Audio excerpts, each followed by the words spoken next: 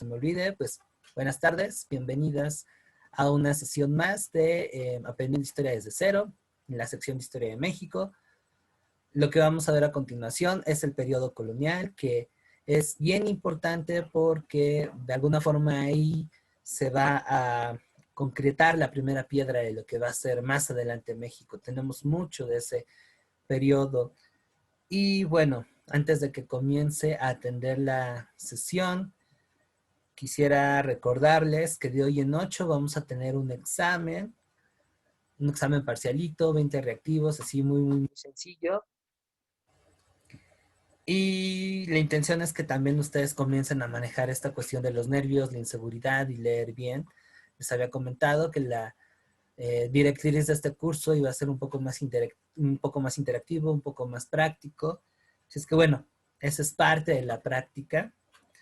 Sobre los temas que vamos a abarcar lo que es México prehispánico, colonia, por supuesto que independencia, y hasta los primeros años del México independiente.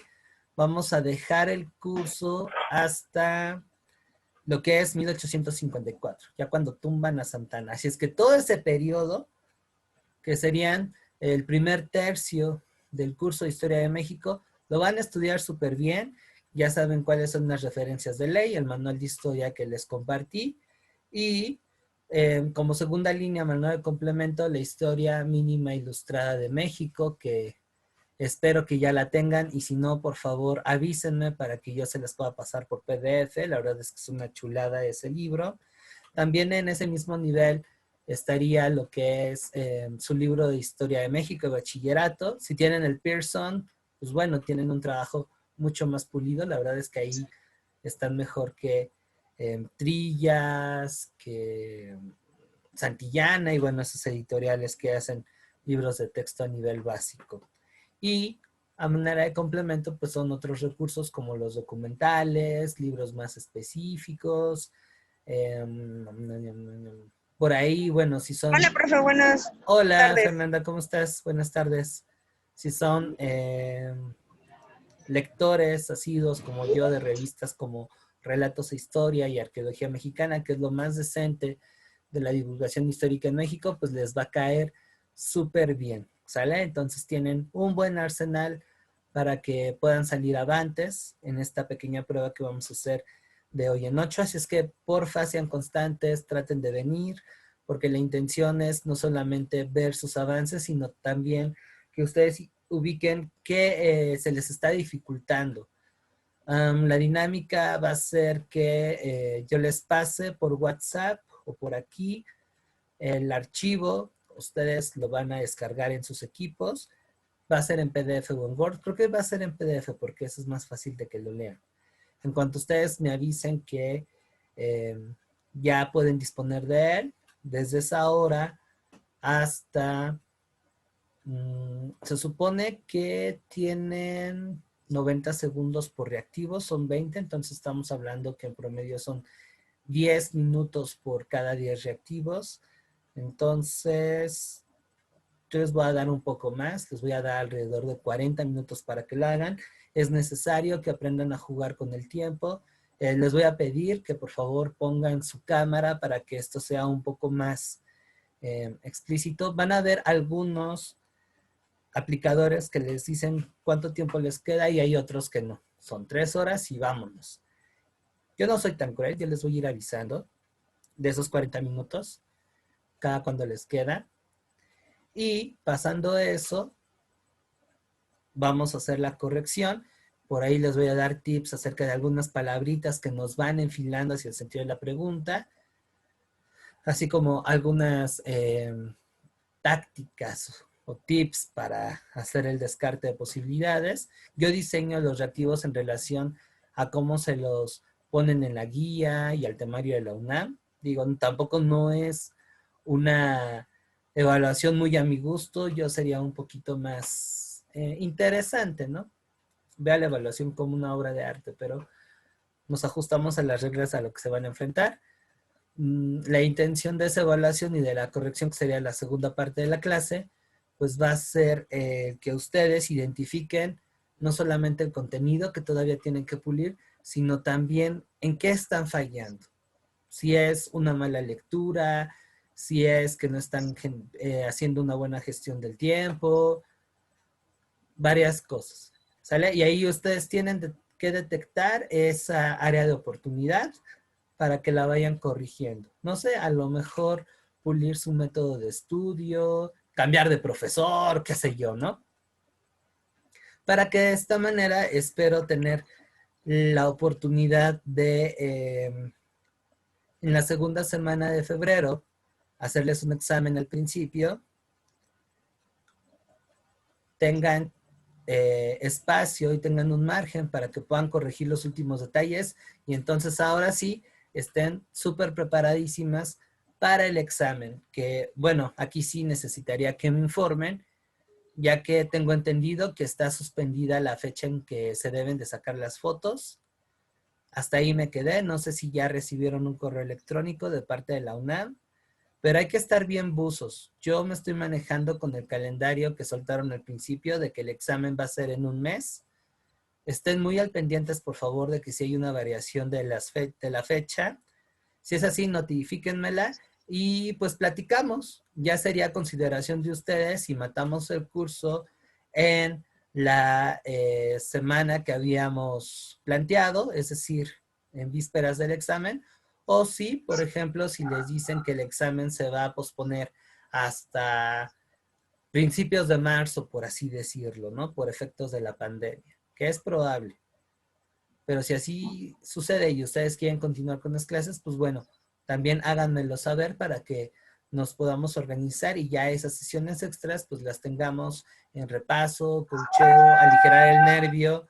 Te voy a desactivar el audio, Abril, o cualquier otra cosa que ustedes necesiten. Pero bueno, esta etapa de formación está diseñada para acabar la tercera semana de febrero.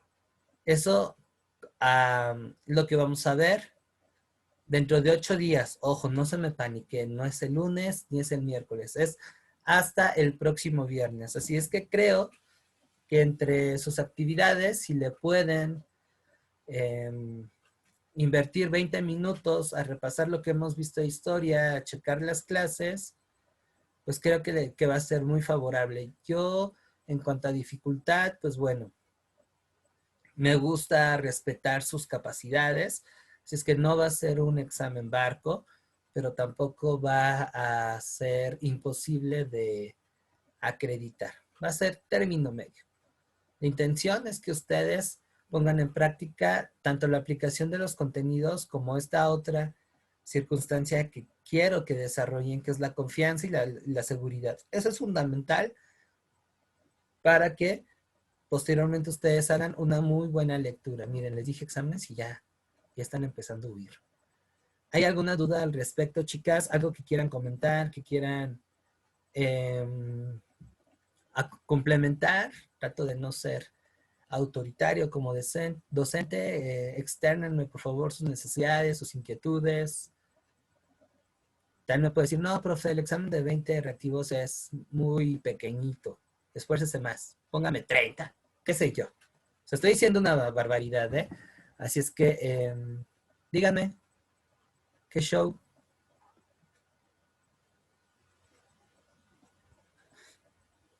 Ok. Randy Jasmine me dijeron que no hay problema. Las demás, Belisa, Abril, Jocelyn, Stephanie, Luz, Ariadna. Ok. ¿Están de acuerdo entonces con los truculentos planes que tengo para la próxima semana?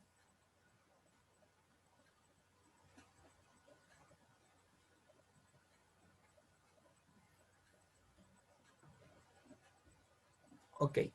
Entonces, ya saben, de ser posible, porfa, no me falten en todas las sesiones y con mayor razón la de hoy en 8. ¿Sale? Dado que tenemos el examen cerca y aún hay temas que tenemos que ver, pues quizá no tenga el margen para poder volver a hacer la prueba. Entonces, sí me interesa que podamos estar la mayoría. De cualquier manera, en el chat lo voy a poner para que pues esto sea más aprovechable. ¿Va? Bien, entonces, si ya quedamos en este acuerdo, también está abierto el karaoke para quien se quiera aventar en exponer, también sin broncas.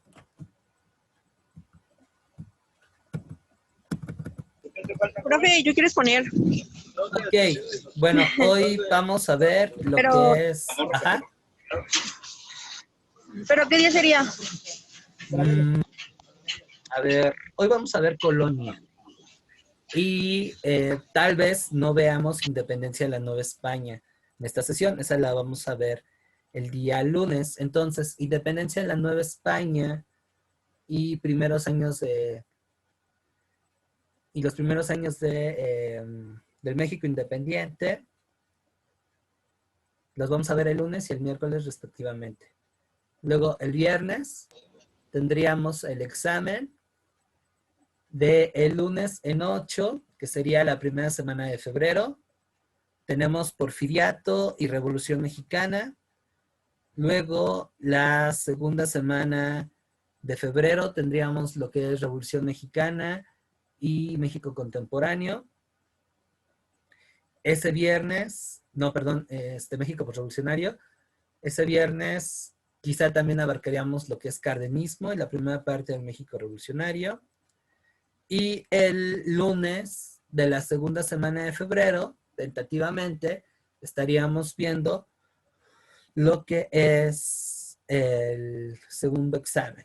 Lunes de la segunda semana de febrero, para que el día miércoles cerremos ciclos, como dicen por ahí, con la última parte del México contemporáneo, que es la construcción del Estado moderno. Creo que esos temas a Jocelyn le van a encantar, porque es el esbozo de cómo se construye el Estado contemporáneo de México.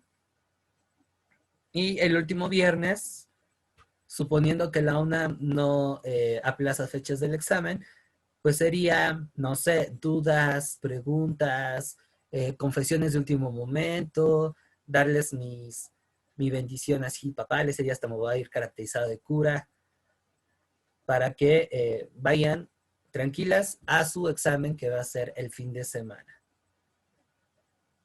Pero les digo, eso en relación a que no cambian las fechas.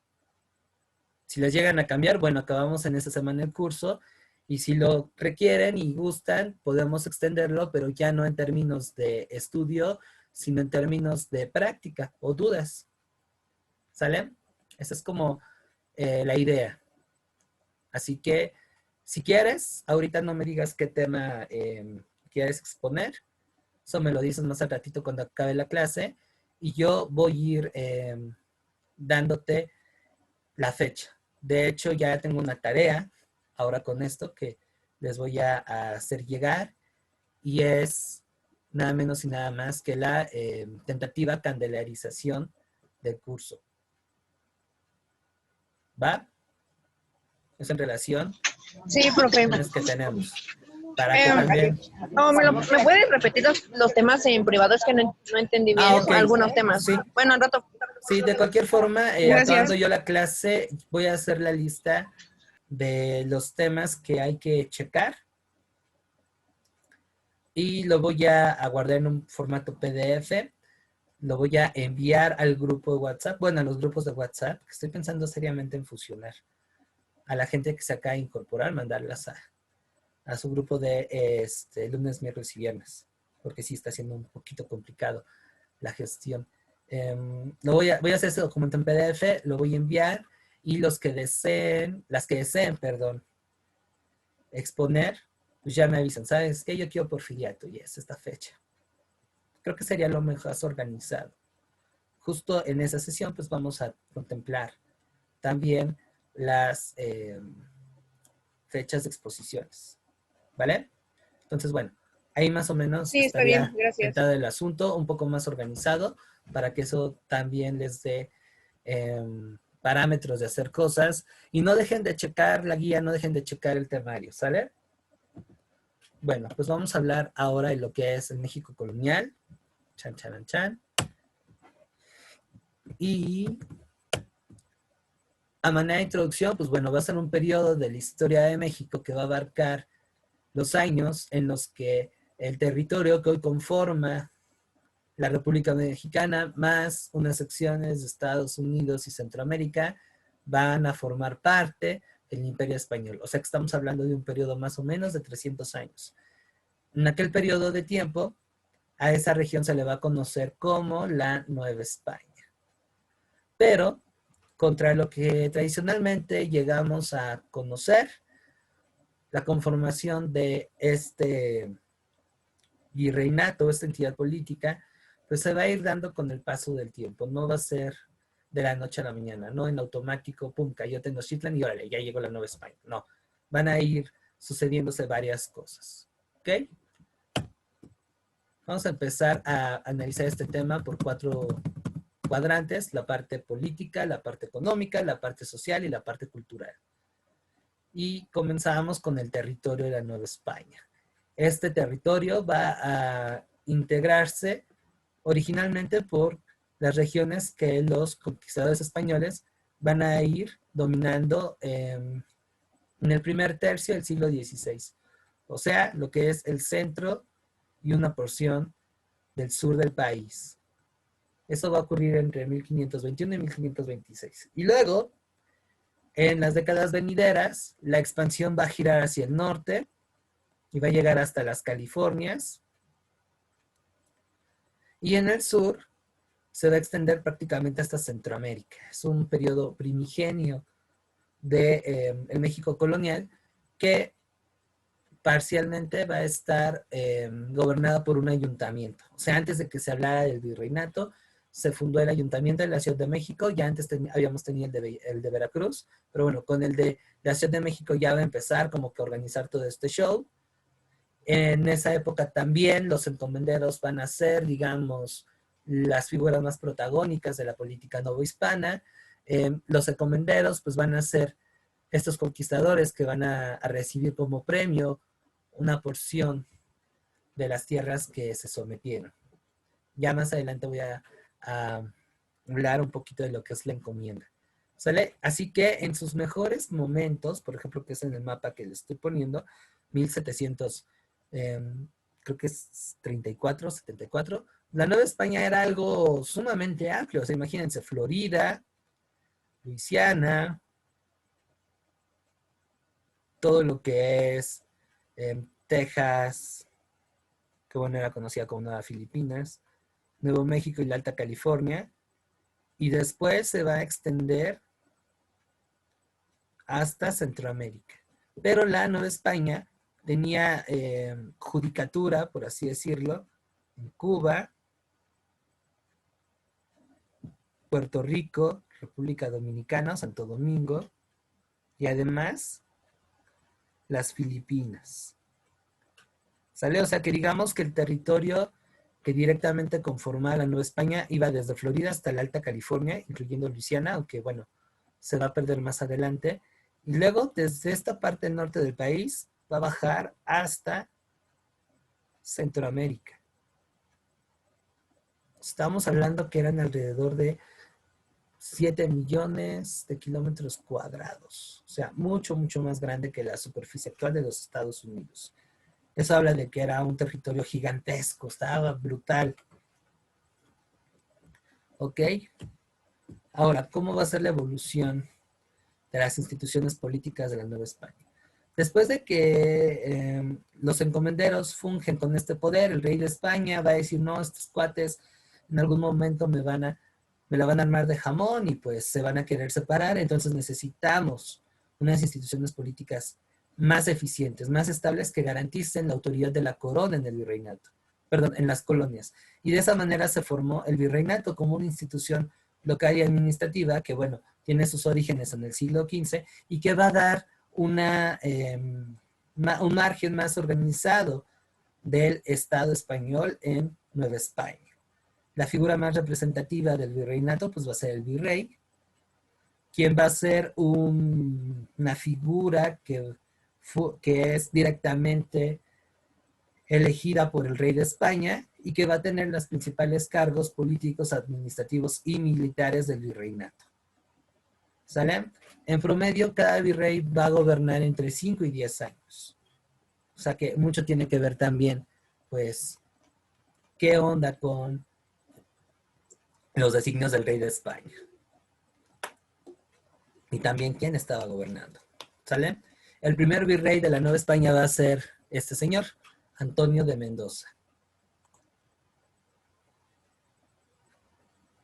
Así es. Así es. Me parece que este señor comienza a gobernar a partir de 1524, más o menos. De nada, Belisa. Y desde Profesor, ahí, yo tengo una pues, duda. Perdón. sí, dime, adelante, adelante, adelante. Antes de él, ¿quién estaba? O sea, Antes del ¿quién virrey, era el presidente? bueno, Ajá. no era un presidente como tal, de hecho era un relajo, porque, les digo, se funda el Ayuntamiento de la Ciudad de México en 1521, o sea, luego de que acaba la conquista de México Tenochtitlan, y se nombra a Hernán Cortés como capitán general de la Nueva España. Él, digamos, que durante un periodo muy corto de tiempo va a ocupar el principal cargo político y militar de la colonia. Ojo, todavía no era virreinato, era colonia. Y con él, quienes van a tomar protagonismo, pues van a ser los encomenderos, que no son otros que sus compañeros de armas, o sea, estos primeros conquistadores. Como les digo que el rey Carlos V estaba como que un tanto preocupado porque los encomenderos andaban muy lejos y muy sueltos, dijo, no, no, no, espérense, tenemos que organizar mejor estos territorios porque si no en algún momento se van a querer separar.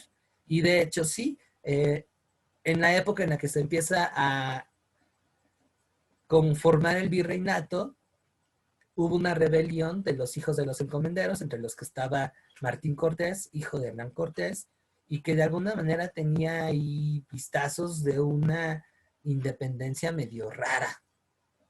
Pero bueno, al final la colonia pudo contener esa rebelión y con mayor razón se va a dejar venir el virreinato como una institución que va a garantizar la estabilidad política, pero a beneficio de la corona española. ¿Sale? No sé si Ok, quieres profe. empezar a hacer tus dudas, Belisa. Sí, ya entendí. Gracias. De nada. Profe, ¿Alguna una otra? pregunta. Sí. Sí, sí, adelante. Este, los virreyes, bueno, tienen que ver con la iglesia y todo eso. Eh, Algunos virreyes, de hecho, fueron al mismo tiempo arzobispos de México. Qué buena pregunta me hiciste. Eran, digamos, autónomos, o sea, aquellos virreyes que tenían un origen civil, como este Antonio de Mendoza, eran distintos a la iglesia, pero mantenían relación cercana. Y acuérdense, bueno, para los que estuvieron conmigo en Historia Universal, que el antiguo régimen, porque al final este es un modelo que podríamos considerarlo como antiguo régimen, el poder político y el poder religioso van muy de la mano. Y en este caso no es la excepción. La Iglesia Católica, entre otras cosas, va también a ser un pilar de la estabilidad política, de la aceptación de un nuevo orden y de mantener ese orden. Por eso, reitero, la evangelización en el país fue algo tremendamente importante, porque era la manera en cómo se podía transitar a una nueva faceta de la vida pública. Entonces, sí, la iglesia y el virreinato van a estar cercanos. Si bien van a ser entidades distintas, van a trabajar de una manera muy, muy, muy cercana. Y como te comenté en un principio, van a haber algunos virreyes que a la par van a ser arzobispos de México. El cargo de arzobispo de México es el funcionario más alto de la jerarquía católica en el país.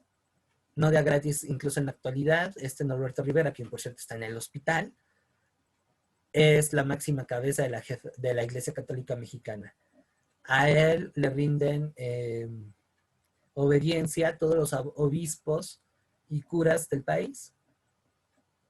Y este arzobispo, pues evidentemente, le rinde también su obediencia al Papa. Y en el caso, por ejemplo, de Norberto, pues además de ser arzobispo, pues es cardenal. O sea que ella forma parte de esta élite que incluso son los que eligen al Papa cuando éste muere. Es muy interesante cómo se organiza la Iglesia Católica. No sé, ahí me falta saber un poquito más, si durante la historia de la Nueva España algún virrey que fue al mismo tiempo arzobispo de México llegó a ser cardenal. Hasta donde yo sé, no. Pero sí, eso habla de la estrecha relación que tenía la Iglesia Católica y su influencia política, además, en el virreinato. Cosa que, por cierto, va a trascender al México independiente. Y eso es algo que, bueno, aunque se gestó desde aquí, tiene una importancia hasta los días en que México fue una nación libre y soberana, que la Iglesia Católica llegó a tener tanto peso en la vida pública del país que cuando no coincidía en intereses con el gobierno, esta tenía tanto poder que le podía organizar una rebelión y un levantamiento armado. Pero bueno, ahí no quiero espolear, eso lo vamos a ver más adelante cuando veamos el México independiente. Y esa es una de las razones por las cuales en esta primera etapa que va del 21 hasta incluso Porfirio Díaz, al país le costaba mucho trabajo tener esa estabilidad. Pero reitero, las raíces de dicha relación se encuentran en la colonia.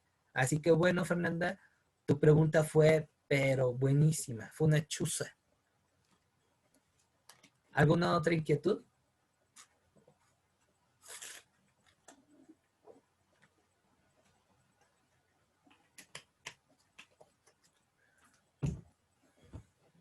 ¿No? Bueno, vamos a continuar. Otra institución política que va a tener relevancia va a ser nada menos y nada más que la Real Audiencia. A diferencia de lo que, por ejemplo, en Historia Universal vimos, en donde, por ejemplo, en las colonias inglesas, Inglaterra tenía una manera más flexible de gobernar sus colonias, los españoles son tremendamente centralistas y además burocráticos. Y el rey es un desconfiado de marca incluso con sus propios funcionarios.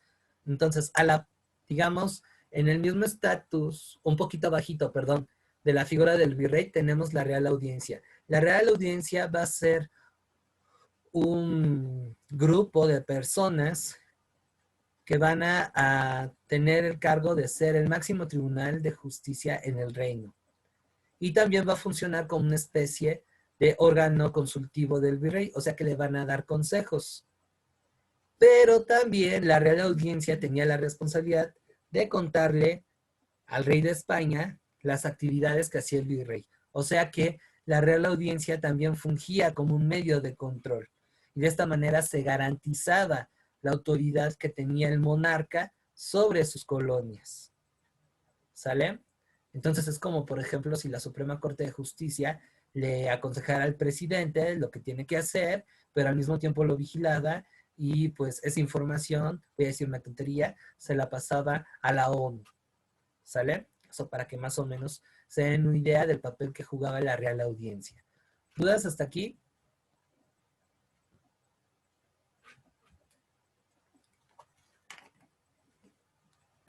O sea, profe, ¿te puede decir que la Real Audiencia es como lo que se dice ahorita el Poder Legislativo, Judicial y Federal? No, no tenía ese papel. Acuérdate que el poder legislativo es aquel que va a analizar el sentido de las leyes que propone el presidente y también a redactar algunas nuevas. Si por ahí hierro en explicación, Jocelyn, por favor, oriéntame, tú andas más enfocada en ese rollo. Y bueno, volviendo con el papel de la Real Audiencia, no tenía esa onda. Tenía, sí, una cuestión judicial, en eso sí coincido contigo, las quejas que, por ejemplo, le llegaban acerca del virrey, la Real Audiencia podía trabajarlo, porque era un tribunal de justicia. Ella podía incluso apelar la decisión del virrey, pero no tenía la facultad de hacer leyes. Ahora, reitero, una de esos chambas es andar monitoreando qué hacía no solamente el virrey, sino también los gobernadores que llegaban a nombrar. Pero en ningún momento hacía leyes, por eso no tenía un carácter legislativo. ¿Sale? Sí, gracias. De nada. No, porque tampoco su autoridad podía trascender a la figura del virrey.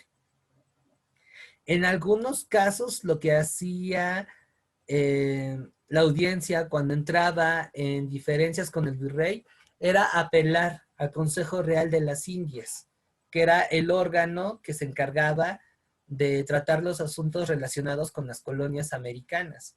y era, digamos, la institución consultiva más cercana que tenía el rey de España. O sea que si había una bronca que involucraba al virrey con la Real Audiencia iba y se lo notificaba al Consejo Real de las Indias. El Consejo Real de las Indias evaluaba la situación y le daba el chispazo al rey. Y el rey al final era quien daba la última palabra. Recordemos que estamos al final México está englobado en el Imperio Español y el Imperio Español tiene una monarquía absolutista. Entonces, aunque vemos que es todo un modelo político bien burocratizado, la última palabra la va a tener el rey. Por lo menos a nivel general. ¿Sale?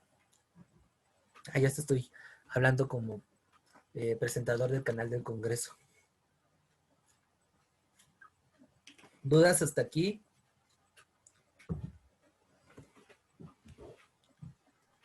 No. Ok, gracias. No, profe. Muy bien. Continuamos entonces con la que sigue, el ayuntamiento. El ayuntamiento, pues bueno, va a ser una institución que sí va a tener algunas facultades legislativas parciales, pero solo a nivel local. Y digo parciales porque al final tenían que estar notificadas, ya sea por el virrey o incluso por el rey español. Esta institución que en donde, por ejemplo, los criollos van a tener una participación muy activa, no va a estar en todos lados. Va a encontrarse principalmente en las ciudades más importantes del reino. Ciudad de México, Guadalajara, Puebla. Y en este embrollo de redactar algunas leyes, ese cargo lo van a tener en regiones menos importantes y más pequeñas otros órganos políticos locales, como las justicias mayores, los cabildos, los regidores y los corregidores. Aquí tenemos una foto del Palacio, el Ayuntamiento de la Ciudad de México, que está, pues bueno, a unos pasos de la Plaza de la Constitución. De hecho, me parece que está al sur de la Plaza de la Constitución.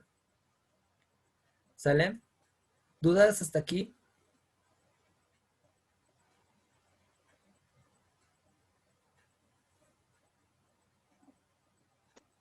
Profe, entonces el ayuntamiento sí era como el encargado de hacer algunas leyes. Sí, pero a nivel local, no a nivel reino. Y solo si le daba chance al virrey o en su defecto el rey español. Les digo que era que el sistema de gobierno aquí en la Nueva España era muy burocratizado, pero también muy vigilado. O sea, no había autonomía. Pero bueno, la virtud que tiene el ayuntamiento es que además aquí sí los criollos van a tener un papel más notorio en cuanto a participación.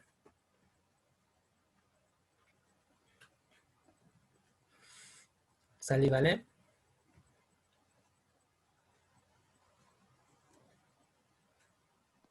Sí, profe. Y entonces, otra duda. Sí, Los adelante. subayuntamientos estaban en como pueblos muy pequeños, ¿no? Sí, no eran subayuntamientos, sino más bien ese papel lo jugaban otras instituciones locales, perdón, otras instituciones políticas locales, como los que acabo de comentar. Por ejemplo, si andamos hablando, voy a decir una barbaridad de Xochimilco, que aunque tenía la categoría de ciudad, no poseía un ayuntamiento, entonces el corregidor de Xochimilco, aunque no me acuerdo bien qué cargo era, si era cabildo, corregidor, bueno, pues ellos sí les tocaba hacer estas propuestas.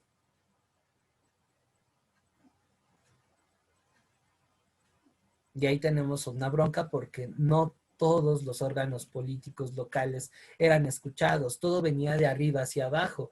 Entonces, en muchas ocasiones esas medidas no conectaban con la realidad de la gente, sobre todo de, como ustedes lo comentaron, ciudades no tan importantes o pueblos pequeños. Entonces, ahí a la larga, pues va a generar un rompimiento. Pues no de a gratis entre los conspiradores de la independencia tenemos un corregidor. Eso que nos indica que Ok, gracias. de nada, que las figuras políticas locales en varias ocasiones están en desacuerdo con lo que venía desde arriba, o sea, desde la Real Audiencia o desde el virrey. Es interesante. Bueno, vamos ahora a pasar a la parte económica. No hay otra duda al respecto. Bien, vamos con la economía. La economía novohispana quizá nos sacan una lotería los españoles, porque la colonia va a ser muy productiva, va a tener una riqueza enorme, no solamente por la extensión del territorio, sino por los recursos que se encontraron ahí y además la fuerza de trabajo. Entonces, por consiguiente, la riqueza que va a ofrecer al imperio la Nueva España, pues se va a circunscribir en 4 actividades. La más importante va a ser la minería, pero en segundo término viene la agricultura, ganadería, en tercer lugar el campo y por último la manufactura. O sea, aquí también se llegaron a instalar algunos talleres que producían algunos bienes de consumo, sobre todo paños. Recordemos que en este periodo, entre el siglo XVI y el siglo XVIII, ya arranca el capitalismo como modo de producción, pero es un capitalismo monopólico, mercantilista. Es decir, el rey es quien decide qué comprar, con quién vender y qué regiones van a interactuar comercialmente. ¿Sale? No es una economía libre mercado como la que estamos habituados en la actualidad, en donde todos comercian con todos, todos compiten con todos. Aquí no. ¿Sale? Ahora, en cuanto a la minería, ahí estás. El principal mineral que se va a explotar va a ser la plata. ¿Sale? En un principio, ciudades como Pachuca, Real de 14, en San Luis Potosí, Guanajuato, van a ser los principales centros mineros.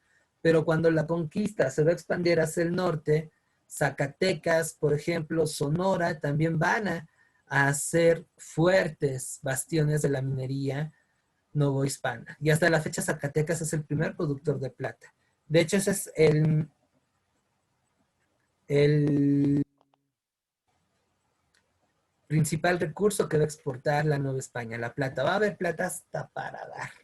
Y eso de hecho es lo que va a llevar al rey de España y al imperio español a tener mucha riqueza por la plata que daba la Nueva España y también la plata y el oro que provenía del Perú.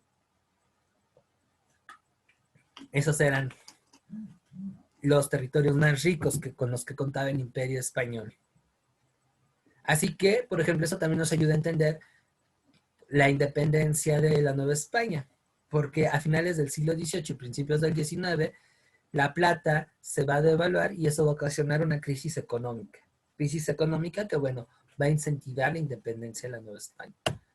Y pues la plata que se explotaba aquí en la Nueva España no se va a quedar aquí. La gran mayoría se va a exportar hacia España, lo cual, por ejemplo, le va a dar recursos suficientes para inmiscuirse en las guerras europeas. Bueno, siempre y cuando no se encontraran con barcos piratas en el camino, porque si no, entonces esos barcos piratas atacaban y atracaban los galeones españoles que estaban repletos de la riqueza de las colonias americanas y pues bueno, se perdían.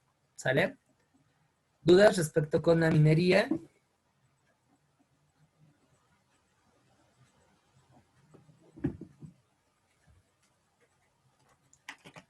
No, profe, ninguna. Bueno, ahora vámonos con otra actividad económica importante que va a ser la agricultura. Y esto se va a dar gracias también a extensos latifundios que se van a dedicar a esta actividad. Aquí, por ejemplo, van a entrar como espacios importantes las encomiendas y su poca evolución, las haciendas. Esto creo que hasta llega a ser pregunta de examen. Cuando hablamos de encomienda, estamos hablando de una asignación por parte de la corona de un territorio determinado con sus respectivas comunidades que ahí habitaban a un español en compensación por los servicios que se prestaron durante la conquista. La encomienda va a funcionar de una forma muy similar a lo que es un feudo. Ojo, similar, más no igual. Esto que implicaba que el encomendero se hacía responsable de los nativos puestos a su cargo, es decir, los alimentaba y los evangelizaba, a cambio de la percepción de los beneficios del trabajo de esos indígenas. De ahí que en esta primera etapa de la vida colonial novohispana, pues los indígenas van a ser sobreexplotados por los encomenderos. Ahí les había contado, no fue con ustedes, fue ayer en la noche, que les hablaba, por ejemplo, Fray Bartolomé de las Casas, que fue un religioso que cobró bastante popularidad por ser de los que con mayor convicción defendieron a los indígenas. ¿Sale? Entonces, el hecho de que, por ejemplo, la encomienda se dé de esa manera, pues también nos lleva a pensar que hay una continuidad respecto a algunos usos y costumbres de la Edad Media. Reitero, si ustedes analizan bien lo que es cómo funcionaba la encomienda, pues era algo parecido a un feudo. Obviamente hay diferencias y hay una distancia por medio, pero sí se podría comparar. ¿Alguna duda?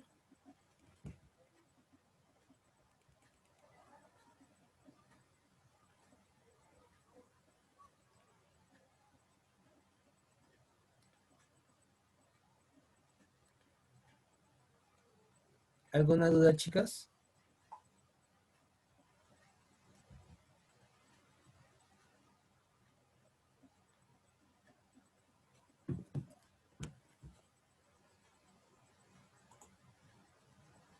Ok. Bueno, ahora, como les había comentado, este rollo de la encomienda, que además era una propiedad vitalicia, o sea que era para toda la vida y que el encomendero podía heredar a su descendencia, pues va a generar cierto ruido en el rey de España y un tiempo después va a modificar. Y una de las primeras modificaciones es que esas encomiendas no van a ser vitalicias.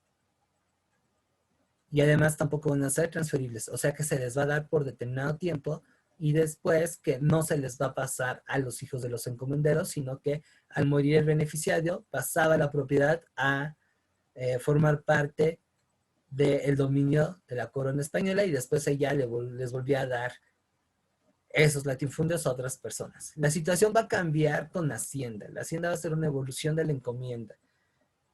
Va a ser una organización económica que es clásica del sistema colonial español, que se va a mantener en Iberoamérica, vean hasta cuándo, hasta las reformas agrarias de la segunda mitad del siglo XX. Eso en algunos casos. En el de nosotros, las haciendas se van a mantener hasta la Revolución Mexicana, y me atrevo a decir que hasta la llegada de Lázaro Cárdenas. Básicamente la hacienda es una extensa es una extensa propiedad que se va a dedicar a una producción mixta de agricultura y ganadera. También en algunos casos las haciendas van a proveer de algunas manufacturas a las ciudades y esa va a ser su función. ¿Sale? Entonces de esta manera pues vemos que el campo durante la Nueva España pues estaba bastante bien explotado y era rentable, aunque eso no quiere decir que pues la riqueza fuera para todos. Ahora, vamos un poquito a hacer un análisis. ¿Qué cultivos que no son originarios de América van a empezar a explotarse en la Nueva España durante el periodo colonial? Les doy un tip. Son cultivos que hasta la fecha siguen siendo parte de la canasta básica y que son ingredientes muy importantes en la cocina mexicana. ¿Puede ser el maíz? No, recuerden que el maíz El jitomate. es originario de acá, igual el jitomate. ¿El aguacate? No, el aguacate es de aquí. A ver, les resalto la primera parte de la pregunta arroz. que les hice.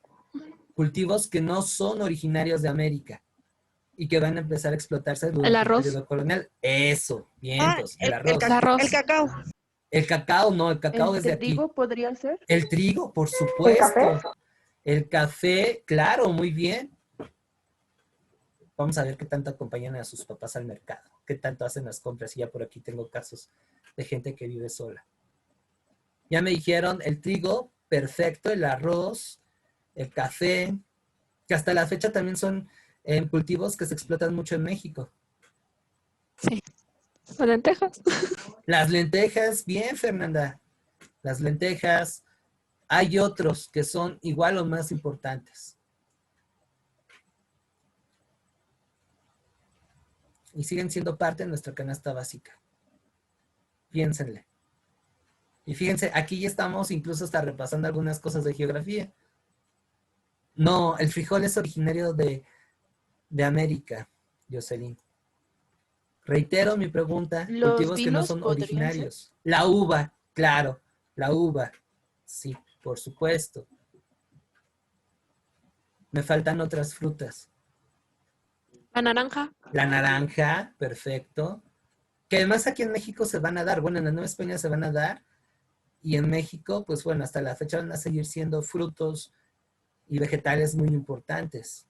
La naranja, la uva, bueno, pues aquí en la Expo de Vino en San Juan del Río, los viñedos, perdón, en lo que es Sonora y Baja California, que el vino mexicano es muy bueno, ¿eh? Y ya desde la Nueva España se producía vino aquí. Espero que hayan desayunado, ¿eh? ¿Qué otra cosa? Ya me mencionaron vino, ya me mencionaron trigo, arroz, café, uva, naranja. Vamos a poner otros El 3 coco es ejemplos. mexicano. No estoy seguro, fíjate. No estoy seguro. Ah, Pero hay unos más importantes. ¿Las especias también podrían ser? Las especias se importaron.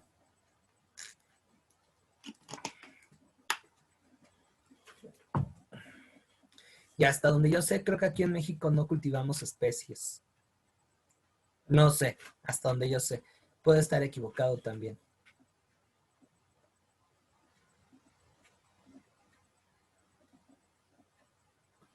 Hay uno muy importante. La avena sí, pero hay otro más importante. Me conformo con 3. Así súper importantes que no han mencionado y que hasta la fecha se siguen consumiendo.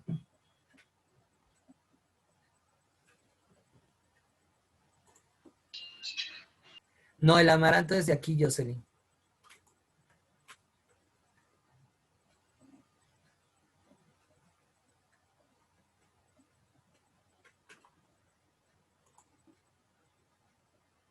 También la calabaza es de aquí.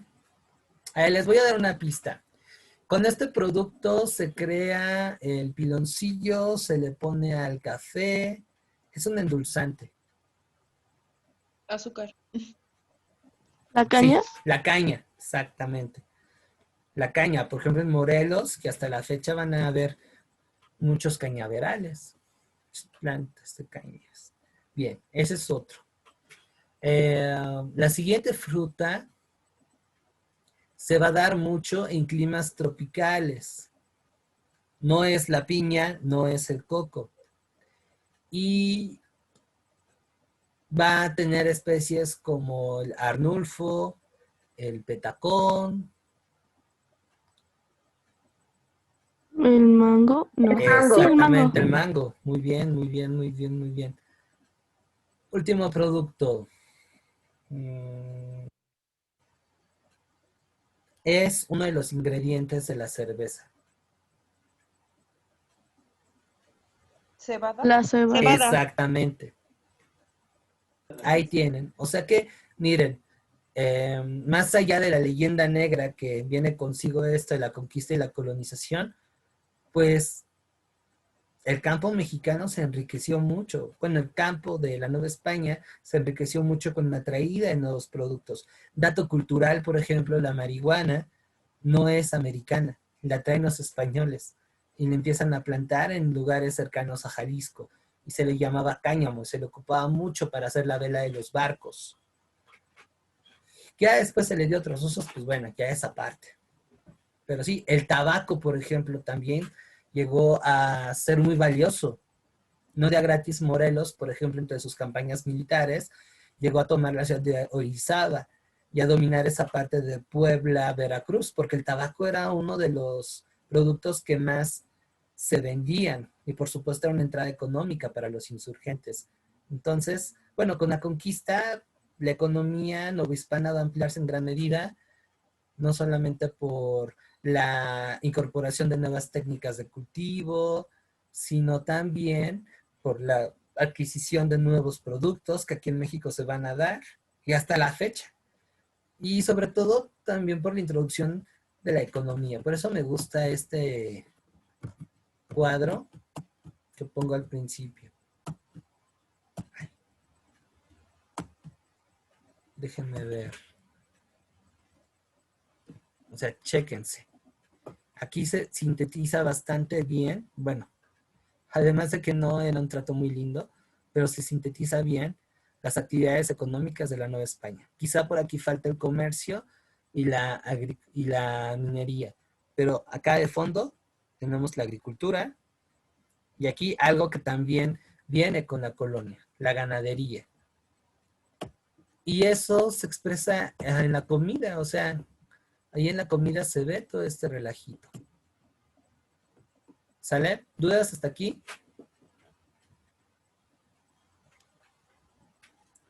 No, profe, ninguna. Ok. Ahora vamos a hablar de lo que es el comercio, que sería la tercera actividad más importante de la Nueva España.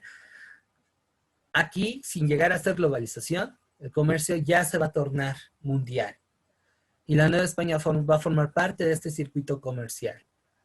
Vamos a tener una ruta que va de alguna manera a conectar a una buena parte del Imperio Español, que va a ser conocida como la Nao de China. La Nao de China era, pues, un contacto comercial que tenía Manila, que es la capital de las Filipinas y uno de los principales enclaves españoles en el Extremo Oriente.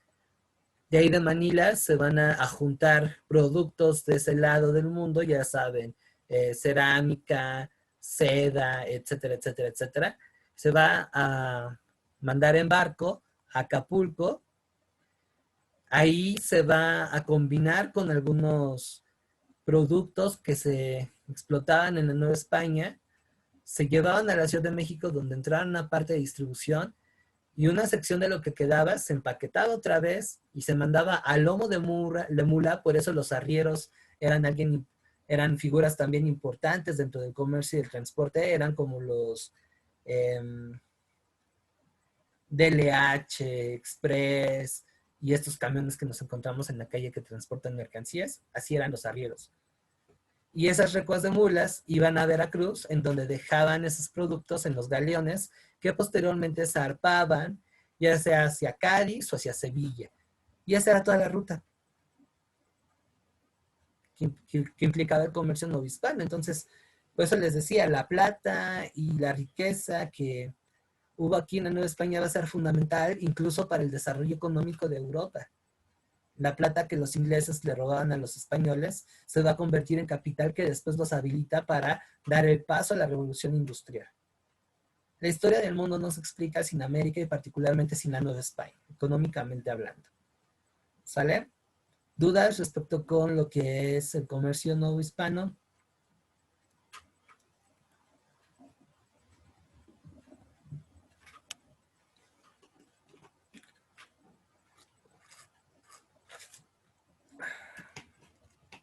Profe, Sí.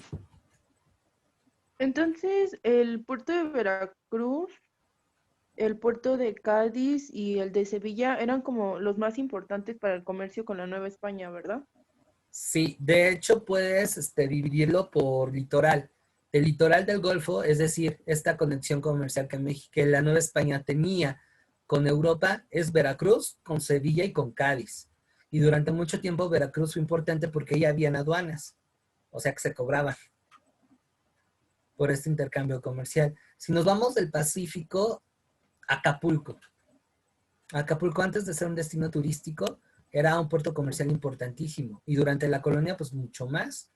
Esa era la puerta de entrada de los productos que llegaban de Oriente.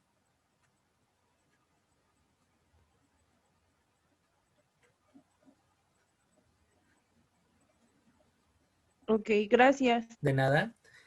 ¿Alguna otra duda, comentario? Profe, en esos mismos puertos igual se llevaban lo que eran los minerales. Sí, sí, sí. Sí. Ahí todo. Digo, más adelante hubieron puertos que complementaban la actividad comercial, por ejemplo, Tampico, Campeche. Y había uno en Yucatán que no recuerdo bien, que por cierto, Tiro por Viaje se conectaba con la aduana. Eso en el Golfo de México. Del lado del Pacífico está el puerto de Navidad, que creo que está en, no recuerdo si es en Jalisco o en Colima. Mazatlán, lo que hoy conocemos como Mazatlán, también durante la colonia era un puerto importante. Pero pues obviamente no se comparaba con lo que hacía Acapulco, por ejemplo, de ese lado. De igual modo, Tampico, Campeche no tenían la misma relevancia económica que Veracruz. O sea que casi por lo regular todo lo que ahorita es como mar, bueno, agua, bueno, como Acapulco, destinos de mar, antes era lo que era para exportar lo del comercio. Uh-huh. Sí, completamente. Sí, completamente.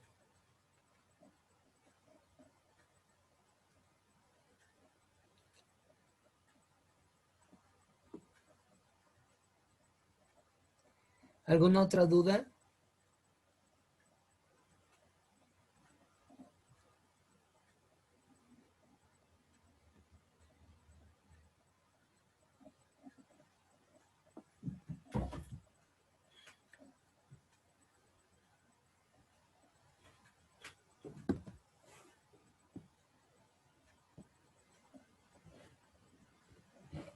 ¿No? Bueno, vamos ahora a la parte social. Bien, aquí es donde me gusta mucho este tema. La sociedad española, perdón, la sociedad novohispana va a tener puntos que la van a hacer muy, muy especial y contrastante. ¿Escucharon por ahí la canción de Salta para atrás o No le pega a la negra? Sí. Ok. Sí, la de No le pega a la negra. Bueno, es No que ese le es un pega la clásico. negra. Ya ahorita vamos al bailongo. ¿Quién escuchó la de Salta para atrás? Yo no me acuerdo cómo va por... Ok.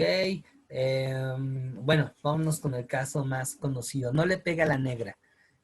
¿Qué relación pueden encontrar entre la letra de esa pieza musical con la sociedad que estamos analizando? ¿Qué peculiaridad encuentran? ¿El esclavismo? Ok, sí, algo importante, el esclavismo, y aquí, bueno, aprovecho para comentar que la razón por la cual se introducen poblaciones de origen africano a la Nueva España se debe a que en el primer siglo de la colonia va a haber un descenso demográfico de las comunidades indígenas. O sea, les va a ir mal por efectos de la guerra, sobreexplotación laboral y enfermedades. Y recuerden que los españoles todavía tienen esta mentalidad medieval de, güey, yo no vine a trabajar, vengo a que trabajen para mí. Y con el objetivo de subsanar ese hueco en cuanto a fuerza de trabajo, van a introducir a los negritos cucurumbe. Así es que con eso tenemos nuestra tercera raíz. O sea, no somos mestizos solamente porque hubo una mezcla de indígenas con españoles, sino que hay una presencia más o menos fuerte de poblaciones afrodescendientes que si bien no son tan amplias como en otros países hispanoamericanos, como por ejemplo Costa Rica, Panamá, Colombia, Ecuador, Cuba, República Dominicana, en donde sí hay negritos cucurumbe a todo lo que da. Acá no, pero sí hay esa presencia. La tenemos, por ejemplo, en la comida, la tenemos en la música. ¿Quién de aquí le gusta bailar? ¿Quién de aquí es de esas chicas que escucha los primeros acordes de 17 años o cualquier otra cumbia de Los Ángeles Azules y ya está así? O como así, Yo. no sé. Yo bailo de todo. A ver, ¿quién dijo yo? Manitas, por favor. Uy, ¿ahora nadie? Ok, Luz, Ariadna, Jazmín, Brenda, Abril. ¿Nada más? Y fíjense que me habían dicho que las chicas son muy bailarinas. Yo pensé que la mayoría de ustedes iba a jalar. Pero bueno, si ustedes tienen esa sensibilidad rítmica y esa pasión por lustrar la pista de baile, es porque culturalmente hay influencia de los negritos cucurumbé. Más o menos las culturas africanas son muy rítmicas, son muy musicales, dan mucho a la danza. Y agréguenle que de este lado también los pueblos prehispánicos les daba mucho por mover el bote. Hombre, ¿cómo los mexicanos no íbamos a salir así? Bueno, en mi caso yo salí atrofiado. Creo que soy ahí un fracaso del mestizaje porque pues no bailo ni en defensa propia. Me gusta ver bailar a la gente, disfruto la música, pero tengo un ritmo de la fregada. Lo más paradójico, toco el bajo en la banda en donde estoy ahorita militando. O bueno, la naturaleza y sus fallas. Pero si ustedes disfrutan bailar y ponen sus ojos en las nubes, es porque a lo mejor entre sus ancestros, entre sus antecesores, hubo por ahí una negrita o un negrito que le puso sabor a su herencia genética. Si por aquí tengo gente que tiene el cabello crispado, por ejemplo, chinito, o la nariz así medio anchita, hubo por ahí también un tatarabuelo que era negrito, afrodescendiente. Es nuestra tercera raíz. En la actualidad hay más de 200,000 personas que son afromexicanas. Las pueden encontrar en las costas de Veracruz, en Oaxaca, Guerrero, Morelos, Saltillo y una parte de Chiapas. Esto que les suene, que además tiene que ver con la letra de la canción. ¿Qué ocurrió en la Nueva España? Y que en la actualidad todavía repercute. Y que, por cierto, no lo vamos a ver, por ejemplo, en el proceso de colonización de Inglaterra con la costa del Atlántico Norte de América o con los franceses en Canadá. ¿Qué se ocurrió aquí? Que hasta la fecha nos define. Como la separación de clases raciales. Esa es la segunda parte, tú ya me diste el paso 2, pero va a haber algo más importante.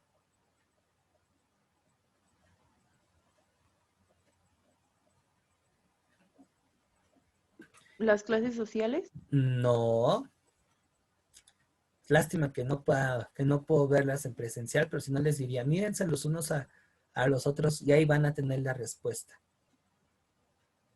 Y de hecho en la lámina está. Tendrían que leerlo. La combinación de las razas. Exactamente. Y esto la misma corona española lo alentaba desde un principio. Por ahí hay un edicto de Isabel de Castilla que decía, no, que los españoles se casen con las indígenas, que haya una combinación bárbara, así brutal. La intención es formar un solo colectivo, ¿sale? Esta integración pues hace que no se dé ¿cómo explicarlo? Esta pureza étnica que sí vemos, por ejemplo, con los ingleses. Si ustedes van a los Estados Unidos, y es una de las cosas que caracterizaba a Trump, es que, o sea, yo no mezclo con niños y con negros, puro güerito. Podrá ser de origen holandés, inglés, alemán, italiano, irlandés, pero puro güerito. Negritos y morenos no. Los españoles, que ellos mismos son producto del mestizaje de los árabes con otros pueblos de la península ibérica, pues estuvieron ahí 800 años, pues van a darle gusto al cuerpo. Porfa, vean el documental de Gonzalo Guerrero, ese es magnífico. Pero aquí hay una dicotomía que también mencionó esta Brenda. Y es el hecho de que pese a que se alienta esta combinación étnica, también hay un fuerte racismo. Hay algo que hasta la fecha desafortunadamente caracteriza a la sociedad. Bueno, en esa época no hispana, hoy mexicana. Y es la discriminación y el racismo. Es muy paradójico. Por una parte se alienta la mezcolanza. Y reitero, hurguen en su historia familiar y van a descubrir que su genealogía se va abriendo cada vez más y que sus raíces son como estas ceibas. Las ceibas son árboles frondosos, muy anchos, provenientes de las selvas húmedas, que tienen raíces profundas, pero además son muy variadas. La sociedad mexicana es como una ceiba. No solamente viene de la mezcla de españoles con aztecas, porque además son bien reduccionistas, sino que de por sí los diferentes pueblos indígenas de por acá se entremezclaron. Luego agréguenle el ingrediente de los europeos. Luego agréguenle lo de los africanos, que tampoco es un solo pueblo. Hay por lo menos 4 o 5 etnias que vinieron a México. Y metan toda esa punta de turrón. Nosotros somos como el mole, venimos de muchos lados. Y aquí para que vean cómo la historia coquetea con la antropología, con la biología, mucho de ello nosotros lo expresamos. Digo, no se ve mucho, no va a balconear a nadie, además no veo a nadie más por la cámara, pero por ejemplo, vean sus facciones. Voy a quemar yo. Es muy interesante eso, lo que me comentas, Jazmín. Me voy a quemar yo, por así decirlo, ¿no? La abuela de mi abuela paterna, o sea, de su abuela materna de mi abuela paterna era de origen francés. El papá de mi abuelita paterna era un indígena de origen, era originario del Estado de México, que como era costumbre durante la colonia, y eso trascendió hasta el siglo XX, pues adoptó el apellido de una familia poderosa de por ahí, los Eras. Pero mi bisabuelito, el papá de mi abuelita paterna, era indígena. Del lado de mi mamá, por ejemplo, los papás de mi abuelito paterno eran españoles refugiados en México. Jodidos, porque se conocían en un orfanatorio. Y si me dejara crecer el cabello largo, sería una guerra civil, porque tendría una parte china, la otra parte lacia y de un lado quebrado. Y el hecho de que yo tenga cabello chino, porque luego hasta se me hacen rizos, es porque por ahí, no sé en qué momento, hubo un africano que le debió de haber gustado a una abuelita que por ahí tuve, y bueno, la herencia genética prevaleció en mí. Sí, ustedes no sé si se alcanzan a ver, pero ven estos pelambres, no son de origen europeo, sino son de origen de comunidades semíticas, es decir, gente de que venía del Medio Oriente. O sea que no sé en qué momento de mi línea genealógica también tengo por ahí un tatarabuelo que fue árabe o judío, vayan ustedes a saber. Y si les enseño el color de mis ojos, que bueno, no le hagan caso a las ojeras, y bueno, tampoco la cámara no lo define muy bien, pero son de un café claro, tirándole a miel. O sea, estoy a mitad de camino el color de mis ojos. Ni son cafés claros, ni son verdes, es como amielado. Y eso es un elemento muy distintivo de poblaciones europeas. Bueno, el color de mi piel, pues también es blanca. Si les enseño a mi hermano, el de en medio, él es morenazo. Y mi hermana, la más pequeña, es más blanquita que yo.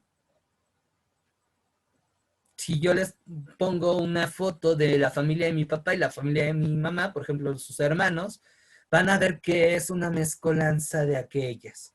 Así es que me causa mucha risa y también molestia cuando nosotros tenemos comentarios muy racistas. No va.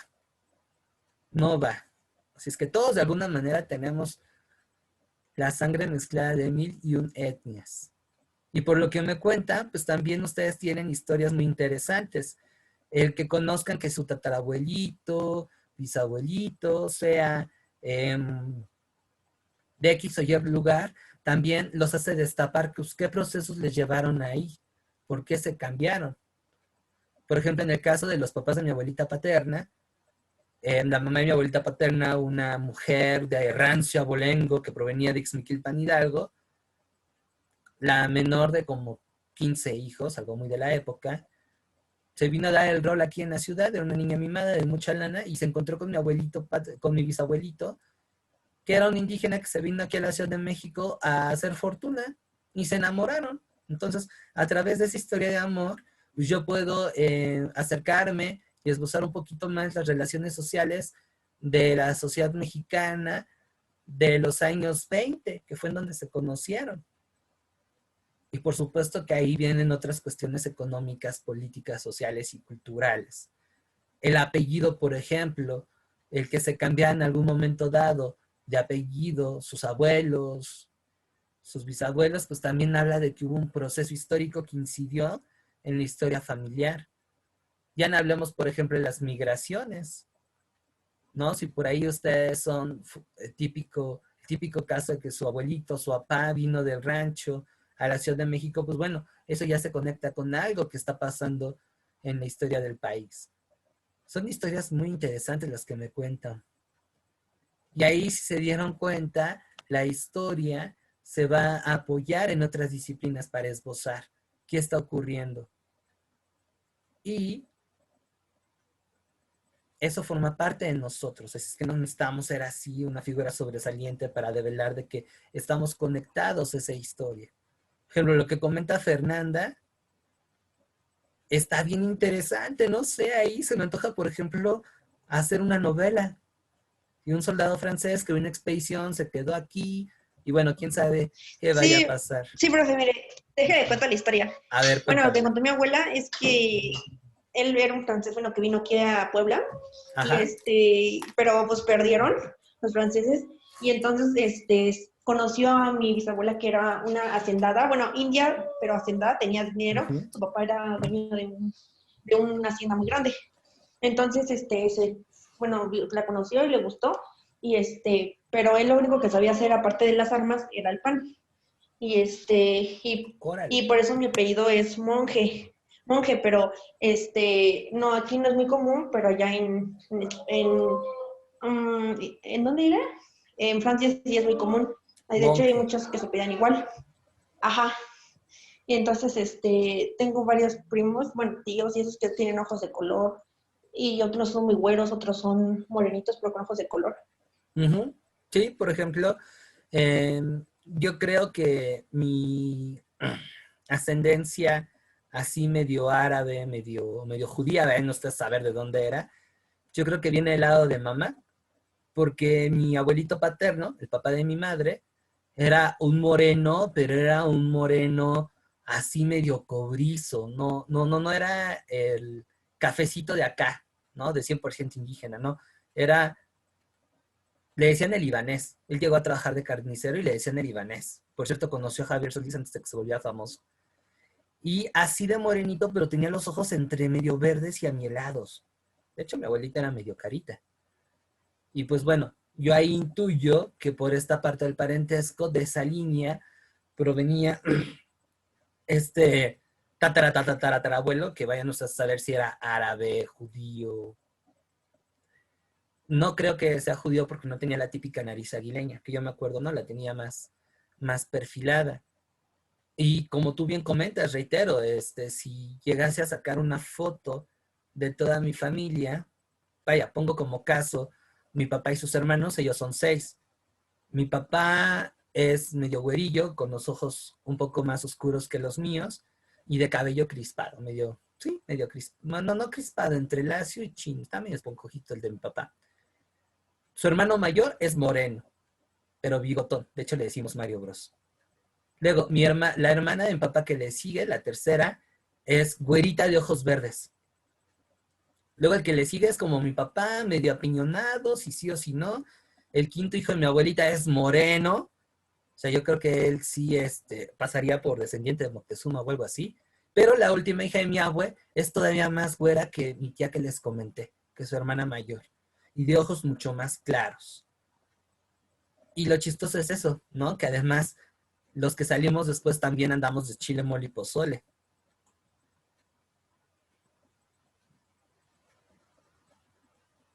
Y hay algunos, exacto, hay algunos características genéticas que tampoco trascienden.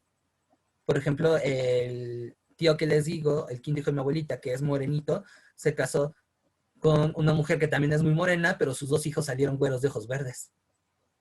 Entonces, no sé, ahí, por ejemplo, convendría que ustedes repasen un poquito a Mendel y demás temas que están viendo en biología para poder ir entendiendo pues toda esta variedad genética tan bonita. Es muy padre ir apoyándose cuando estudiamos historia de otras ciencias, porque eso nos permite entender mejor qué está pasando. Y creo yo que entre más diverso uno sea, mejor vive, mejor le va. Es tonto hacer lo que piensa gente como Trump que habla de una pureza racial. ¿Cuándo? ¿Dónde? No hay, nunca la hubo. Y para atender la pregunta de esta Jocelyn, que dice que por qué el término mestizo era racista. Porque daba pie a que no eras puro y eso te hacía inferior. Y esa es otra cosa que se va a desarrollar aquí. A pesar de que hay una mezcolanza de los 1000 diablos, eran juntos pero no revueltos. Cada sector social va a estar separado de los otros. Y eso, por ejemplo, lo vemos a través del espacio, a través de la arquitectura. Si ustedes han dado el rol por ciudades como México, Puebla, Guadalajara, en el trazo te está diciendo cómo eran las relaciones sociales. En el centro, pues bueno, tenemos lo que son los edificios gubernamentales, los poderes de facto, y alrededor, la gente que vive bien, la gente blanca. Y en la periferia de la ciudad vivían los que no tenían esas oportunidades o ese acceso a la riqueza, las clases marginales. Y una bronca que se tenía en la Nueva España es entre más oscura fuera tu piel, más difícil te costaba, mayor dificultad tenías para poder tener un bienestar social. Es más, de hecho, la discriminación era terrible. Habían ordenanzas, por ejemplo, voy a centrarme un poquito en el caso de Ciudad de México. Si por aquí tengo gente que viene de otros lados de la República, traten de adaptarlos a su propio espacio. Pero, por ejemplo, aquí, durante la colonia, a los indígenas no se les permitía ocupar espadas. No se les permitía comprar caballos. Si viajaban o si paseaban en la Alameda Central, era porque estaban de chaperones de la criolla o de la española. Sean como los acompañantes. Si a un indígena se le veía, o persona de color se le veía en la Alameda Central después de las 6 de la tarde, se le castigaba con 40 latigazos. No, y era en serio. Y había lugares en donde pues, no se les permitía a los indígenas acceder. De ahí que en nuestra idiosincrasia, palabras como ñero, como indio, siguen siendo peyorativas. Ahí está expresando nuestro racismo. Tenemos que ser conscientes de esa violencia que estamos ejerciendo desde lo simbólico. Y los lugares para vivir, pues también se notaba, reitero, no es lo mismo haber vivido en el centro de la ciudad que los barrios periféricos de ese entonces que eran a Merced, lo que hoy es Tepito,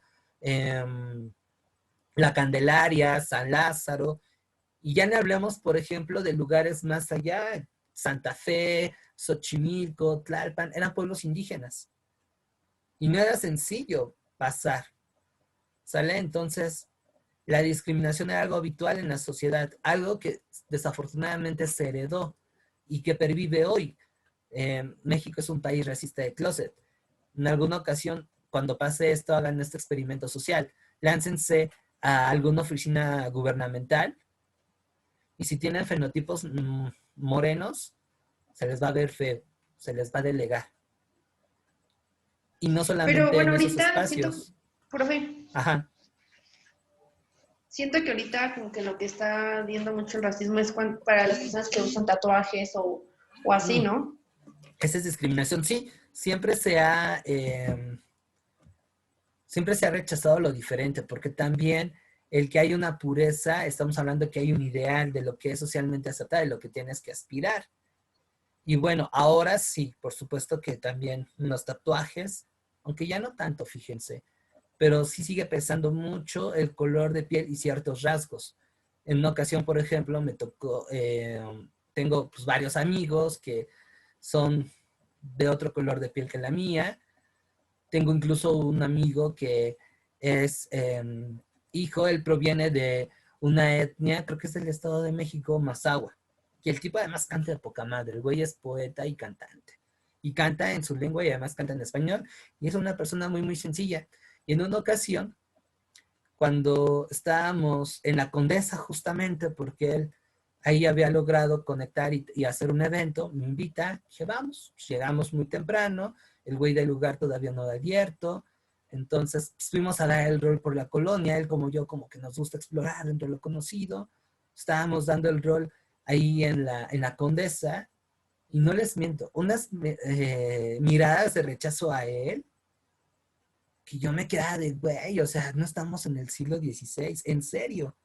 Me acuerdo que fuimos a matar al tiempo, el Parque México, que no está muy lejos de ahí, y seguía pesando, o sea, seguía pesando, y este chavo es también de lo más educado que puedes encontrar, muy, muy respetuoso. En otra ocasión, con otro amigo, que él, su mamá es cubana, es negrita, su mamá y su papá creo que también es descendiente de indígenas, o sea, típico mestizo como yo. Nos dimos el rol por Santa Fe. Ya saben, ¿no? Que uno pretende a una chica, entonces estábamos esperando a esta chica que nos citó en Santa Fe, porque por ahí vivía, y pues para esperarla nos aventamos a ir al centro, Santa Fe, que era lo que quedaba cerca, además era un lugar que yo no conocía y a la fecha no conozco.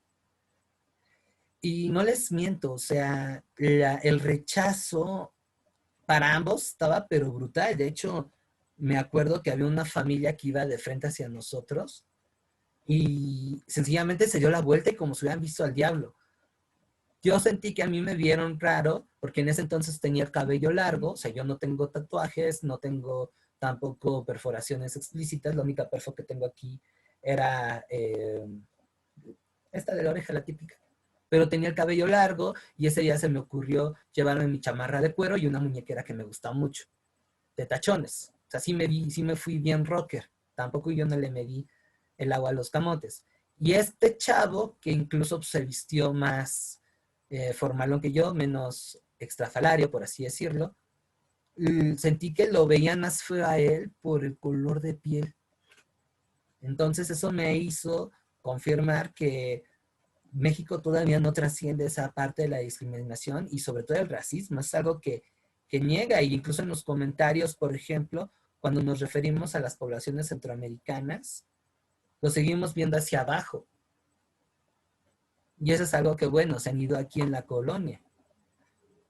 Alguien quería comentar algo. Yo, Adelante. bueno, bueno, ya estoy en la universidad, pero pues en la universidad van como, pues yo voy en la universidad que está en Milpalta. Uh-huh. Entonces ahí a veces la gente es como un poco más sencilla y cosas así por lo mismo de que es como una zona como más agricultora, porque yo Uh-huh. ya voy hasta arriba de Milpalta. Órale, ¿en qué pueblo? Entonces, sí, en una ocasión, en San Salvador, Órale. sí, ya es muy, muy, muy arriba de Milpalta.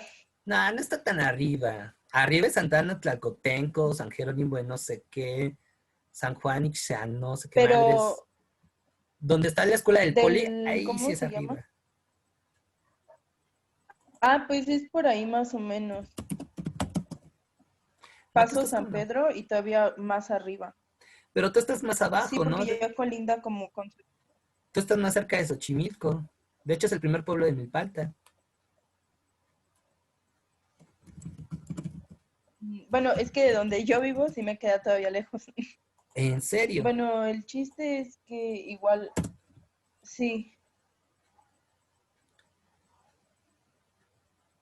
Sí, continúa. Bueno, entonces igual mi compañero no, es muy sencillo, o sea, no, y es muy amable. Entonces una vez sí me tocó ver que un profe le empezaba a decir de cosas, porque era muy morenito, que porque siempre andaba sucio y cosas así. Entonces, pues sí da mucho coraje que México sea pues un país muy racista cuando no le es ajeno como el problema de otros países cuando se trata de racismo. Y pues, Te desactivaste el micro. perdón. No te preocupes. Bueno, entonces, bueno, yo creo que la mayoría de las personas que hemos visto ese tipo de actitudes, pues hemos confirmado que México sí pues es un país muy racista y pues, o sea, no solamente en la calle o en centros comerciales o en zonas como muy fifís, por así decirlo, o Uh-huh. sea, hasta en la misma escuela o en cualquier otra institución puedes encontrar ese tipo de comportamientos hacia las personas. Sí, sí, y eso Y tiene ya, que... Ajá. ya esto, Sí, no, y lo que comentas es muy pertinente porque eso que compartes, pues tiene que ver con algo que también se gesta con la colonia. Y es que la sociedad novohispana, y eso me parece que también es algo que trasciende hasta la actualidad, es una sociedad muy de costumbres, muy tradiciones, pero muy al deber ser. Así que, pues tú tienes que comportarte de esta manera, tienes que hacer esto, y bueno, como ideal, tienes incluso que tener este perfil físico, ¿no? No sé si ustedes la hayan escuchado. Yo todavía de niño llegué a escuchar por ahí comentarios de tíos, por fortuna mis abuelos no, pero sí de tíos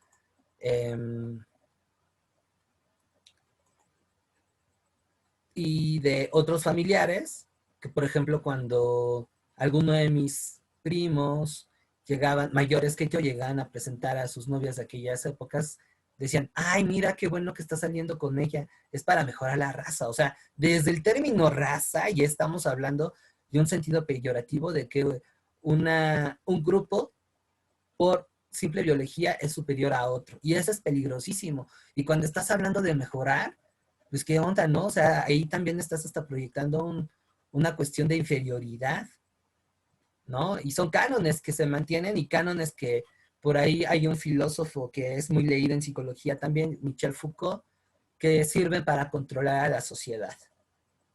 Y eso es algo que también se gesta en la colonia, estos deber ser, que en algunos casos trasciende, y bueno, lo que acaba de comentar Brenda es un eco de ello, va en relación con estos modelos de conducta que tenemos que realizar.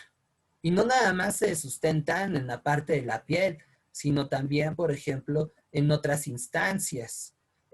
Por ahí alguna vez, y me enojé bastante, me preguntó un familiar sobre una novia que tuve que era bisexual, tenía ideas así medio anarquistas, y estudiaba ingeniería. Eso era lo más chistoso, ¿no? Estaba en ingeniería civil. Entonces, pues sí, me gustaba bastante. Yo no tenía ninguna bronca con que ella fuera bisexual, nada por el estilo. Es algo en lo cual yo no pongo el dedo en la llaga, nada por el estilo. Al fin y al cabo es asunto de cada cual.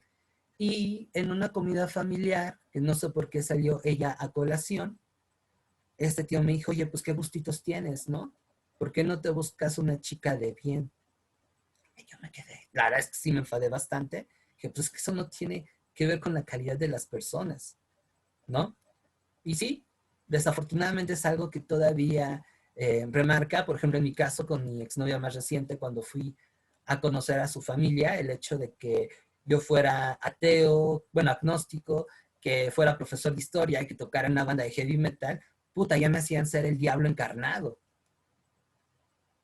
Y la familia, por ejemplo, de esta chica era muy conservadora, era además católica, bien cañón. Me acuerdo que además eran las épocas en las que el Papa vino a México, entonces estaba todo ahí, ese cúmulo de emociones, y tocando el papel de la religión, pues la religión, la influencia, el catolicismo en la vida privada y pública de la gente va a redondear esos mecanismos de control, pero también esas costumbres y esas tradiciones. Por eso también es muy difícil que la sociedad mexicana fuera abierta y por ello es un logro que en la actualidad se hable, perdón, con mayor soltura de equidad de género, de reconocimiento de derechos de la comunidad LGBTI, incluso una educación no violenta, porque todo eso son rupturas de cánones de conducta que de alguna forma la religión ha influido. Los valores en los que tradicionalmente la sociedad mexicana se rigen, que es una herencia de lo que ocurre aquí en la colonia, pues tiene que ver con lo que la Iglesia Católica aportó. Digo, no es lo único, se incentivan otras cosas, pero sí es un fuerte referente.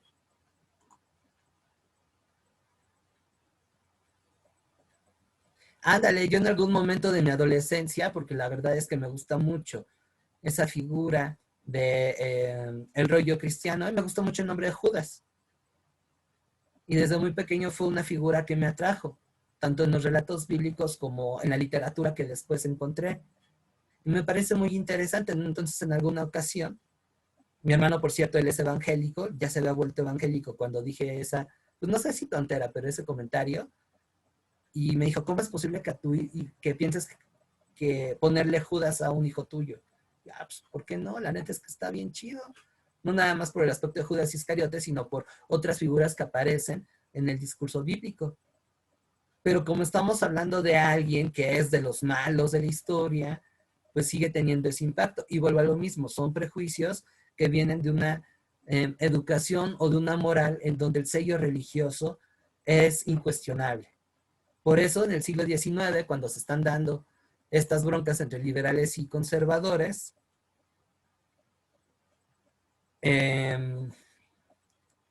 la educación, la laicidad del Estado era un avance enorme, porque la iglesia tenía mucho poder.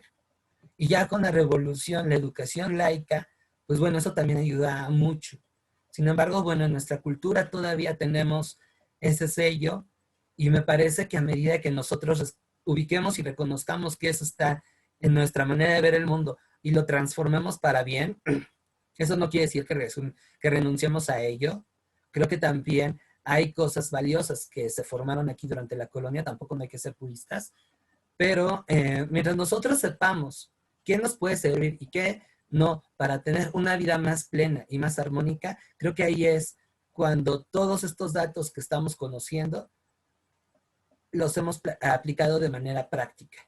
Creo que ahí una de las funciones que tiene la historia, y me parece que eso es algo que yo se los ofrezco, no importando a qué carrera asistan, es justo saber dialogar con quien es diferente y romper prejuicios. La historia, en conjunto con otras disciplinas como la filosofía y la antropología, o la misma biología, ayuda a entendernos a nosotros mismos. Y creo que ahorita hicimos un buen ejercicio, desde nuestros orígenes familiares hasta la manera en cómo pensamos. Y el hecho de detectar ciertas conductas violentas, como por ejemplo la discriminación, y dar un paso adelante para trascenderlas, ahí ya le estamos dando una aplicación práctica a la historia. Ahí ya estamos viendo que conocer estos temas, pues no solamente es una cuestión teórica, de andarles recitando como nos los van a pedir en el examen y como aparece en este cuadro. Ahí está. Sino que ya le estamos dando una funcionalidad. ¿Sale?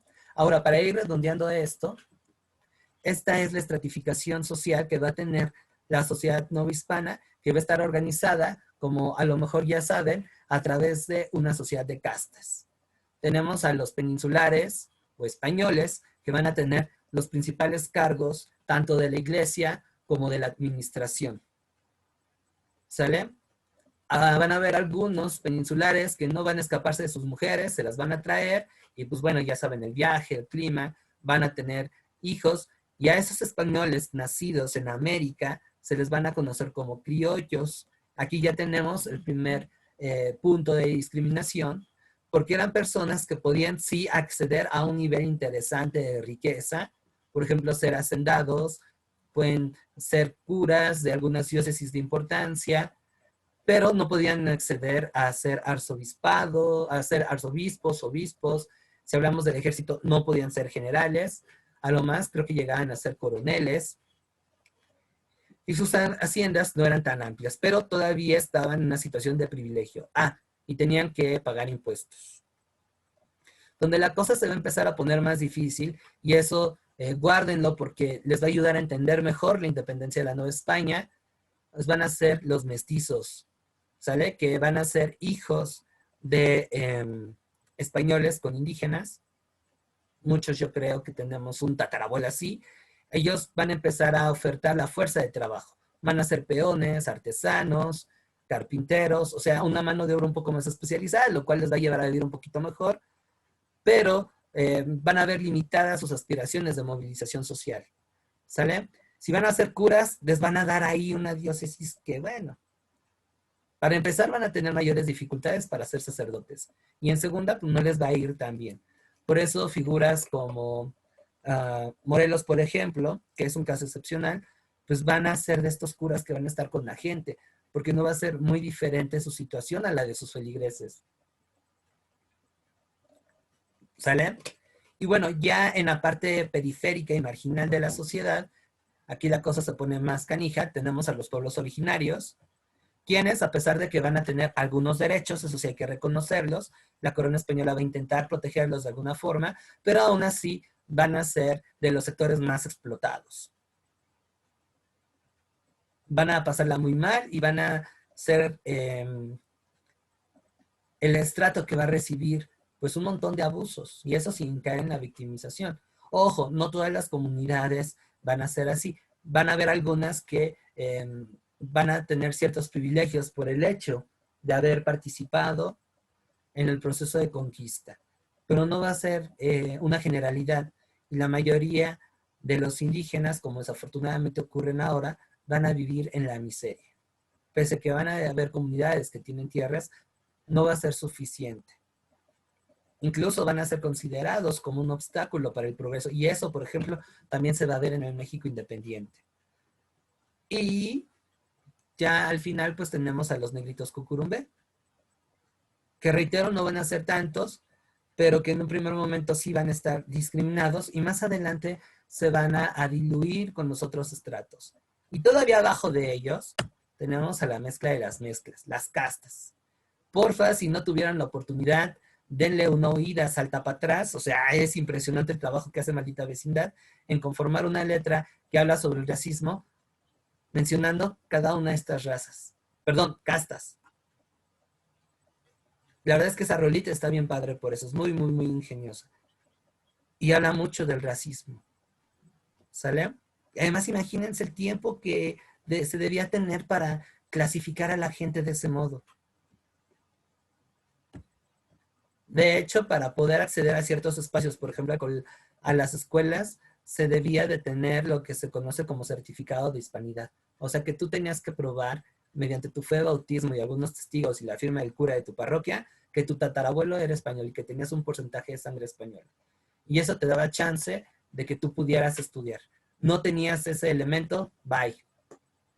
Aquí vemos otro aspecto de lo que es la vida cotidiana y cómo vivían algunas castas. Esta pintura está bien bonita, se llama La Pulquería.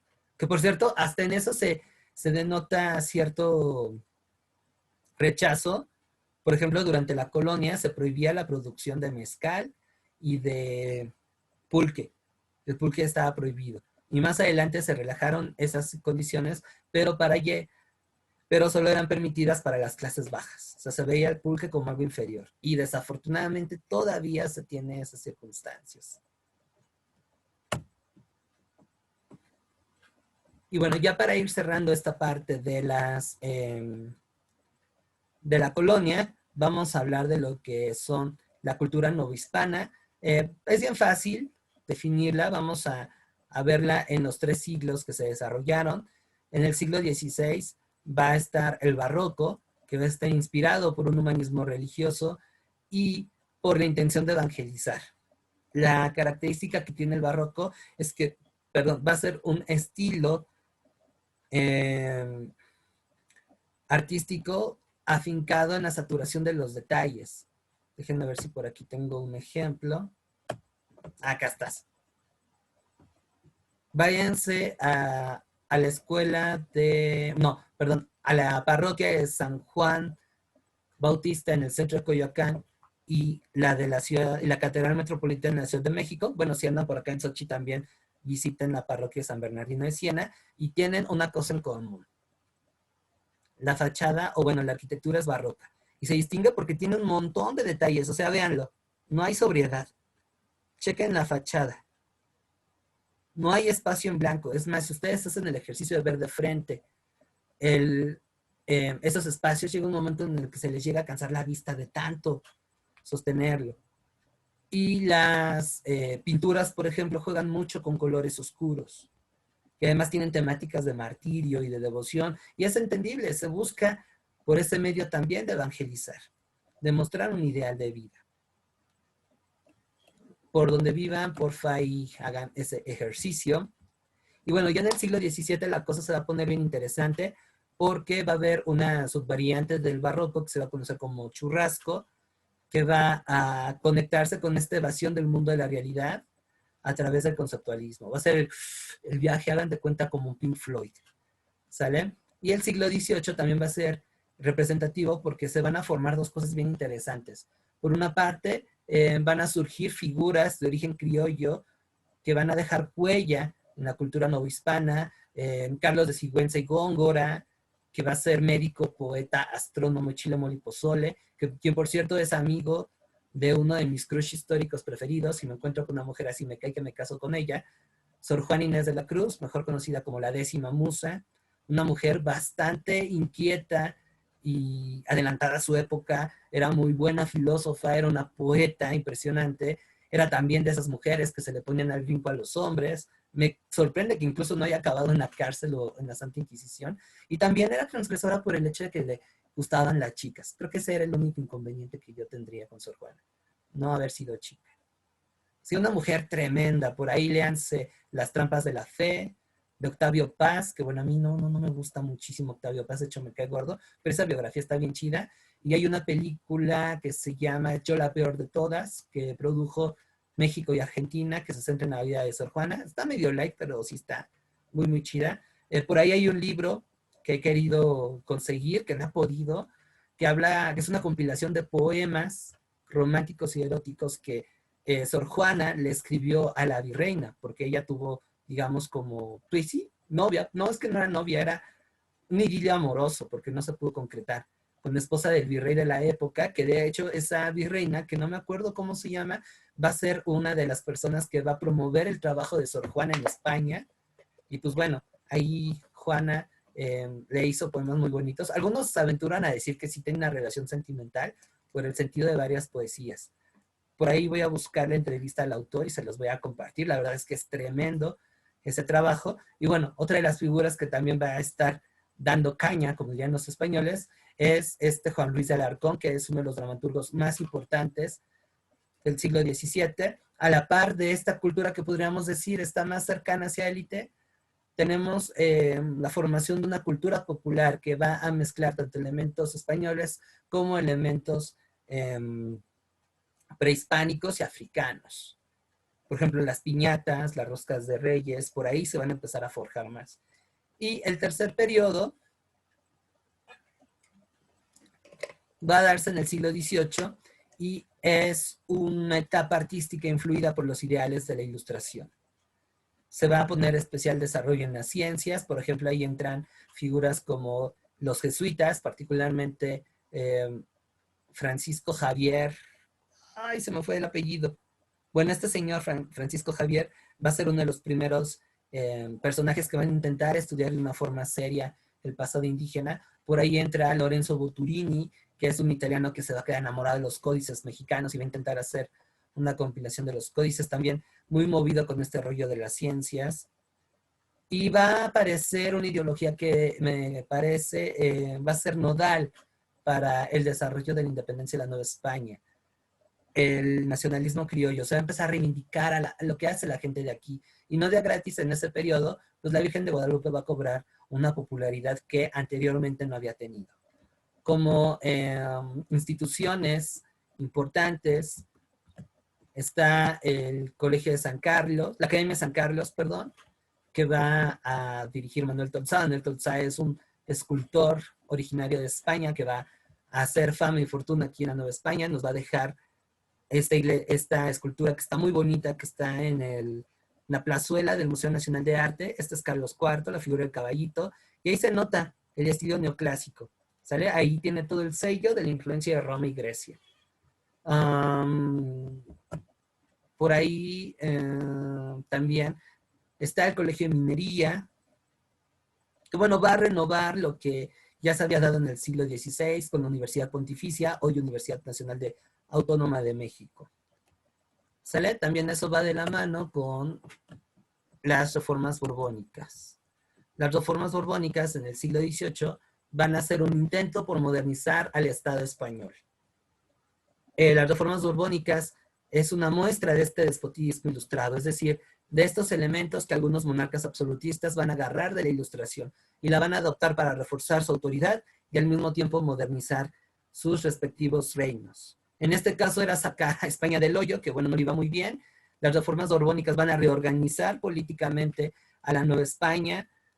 Las provincias van a llamarse ahora intendencias, van a aumentar los impuestos, van a favorecer aún más a los peninsulares, lo cual va a generar un mayor descontento entre los criollos.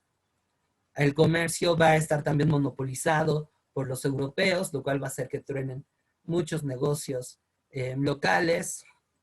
va a promover una migración de España a América, va a expulsar a los jesuitas, quien eran una orden religiosa que solamente le rendía lealtad al Papa antes que al rey.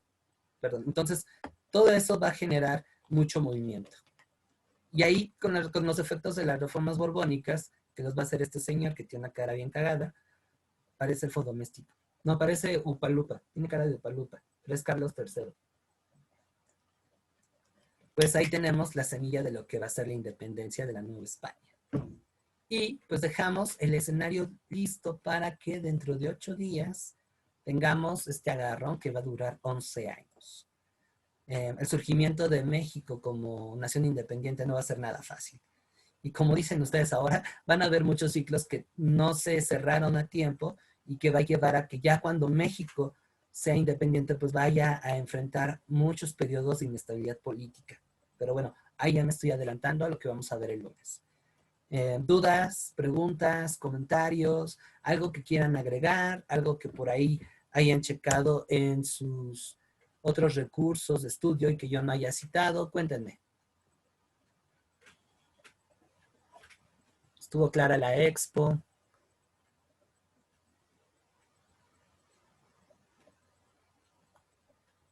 Sí, estuvo clara la exposición y pues yo no tengo ninguna duda, profe. Ok, gracias Brenda. ¿Alguien más?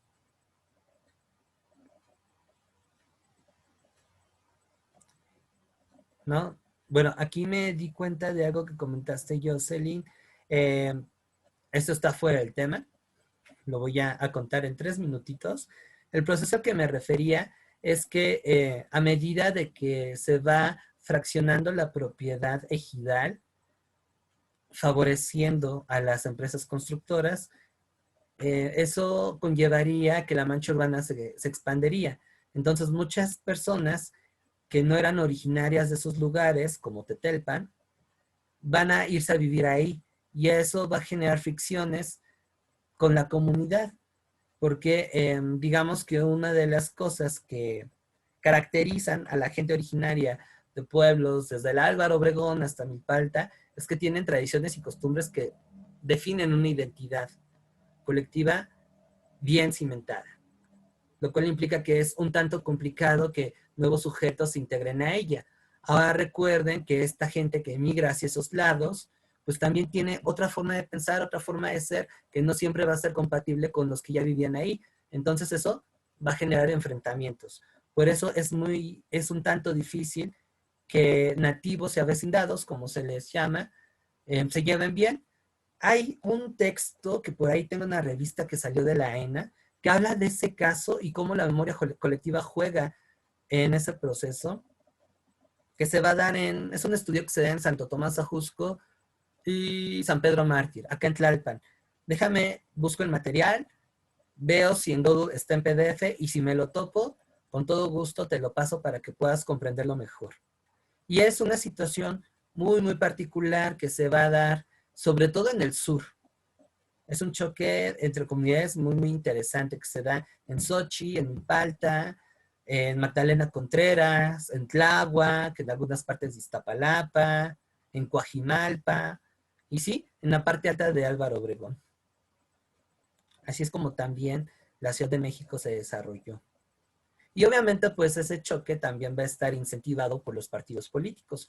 Entre los 80s y los 90s, partidos como el PRI, el PRD y en menor medida el PAN, para ganarse el apoyo de organizaciones vecinales o de gente que buscaba espacios para vivir, van a jinetearse esos terrenos. ¿Sabes qué? Apóyame en estas elecciones, vete a tal marcha y yo a cambio te doy tantas hectáreas para que fundes una colonia en tantos pueblos, sin haber una claridad legal de por medio. Entonces la gente va confiada en esas promesas de reubicación. O sea, ahí también hay que tener en cuenta el sismo del 85.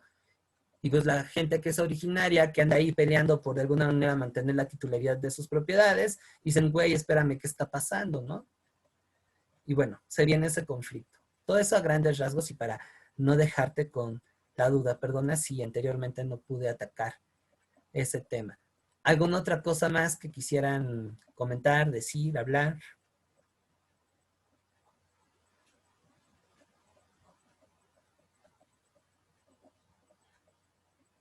súper, ¿eh?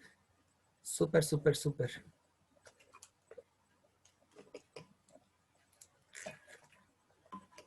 Pues bueno, si no hay nada más que contar o que decir, su servidor, Fray Luzbel Prometeo, de la Orden de San Roquerino el Chico, les agradece muchísimo haberse conectado esta tarde y los espera el lunes con Independencia de la Nueva España. Ahí a lo mejor cambio de atuendo, ¿sale? Cuídense mucho, excelente fin de semana. No dejen de estudiar, cada vez estamos más cerca de nuestro Super Bowl. Que tengan una excelente tarde. Gracias, profe, igualmente. Hasta luego.